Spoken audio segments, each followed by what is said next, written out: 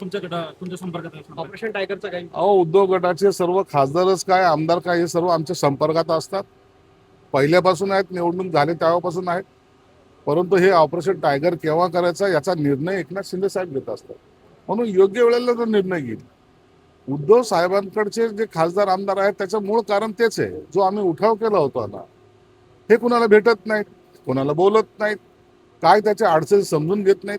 यामुळं आता त्या पक्षामध्ये राहण्याची मानसिकता कोणत्याही खासदार आमदाराची नाहीये आणि त्यांना सगळ्यात जवळचे आणि आपल्याशी वाटणारे फक्त एकनाथ शिंदे साहेब आहेत. म्हणून हे ऑपरेशन ज्याला तुम्ही ऑपरेशन टायगर म्हणून जे नाव दिलेलं आहे याचा प्रत्यय तुम्हाला तर या महिनाभरात येईल. पण निधी वाटपावर पुन्हा एक प्रश्न, फक्त निधी वाटप झाला आहे त्याच्यामध्ये ठाकरे गटाला 25 लाख तर सत्ताधाऱ्यांना 2 ते 20 कोटी देत आहे म्हणतात.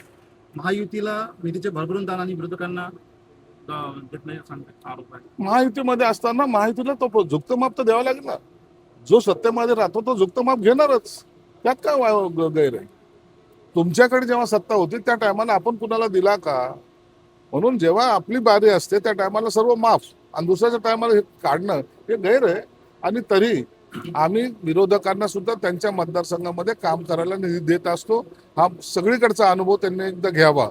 आणि जेव्हा आपण मुख्यमंत्री होता त्या टायमाला साधी सही सुद्धा पत्रावर करत नव्हतात, याची सुद्धा आठवण त्यांनी केली. कामरा का काय तो कामरा, त्याला जी काही मस्ती आहे महाराष्ट्रात येऊन इथलच्या नेत्याची बदनामी करायची, त्याचे मला वाटतं आता दिवस भरत आलेले आहेत. त्यांची आता ही सुनावणी चालू आहे. नक्की त्याच्यावर काय निर्णय घ्यायचा आहे त्या अध्यक्ष घेतीलच. परंतु अशी मस्ती महाराष्ट्रात खपून घेणार नाही.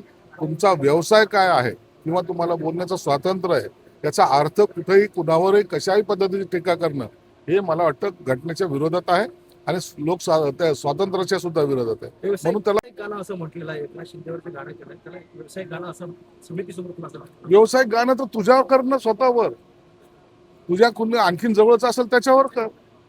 तुम्ही व्यावसायिकाच्या नावावर जर तुम्हाला इतरांची बदनामी करायचं काय ठेका घेतलंय काय?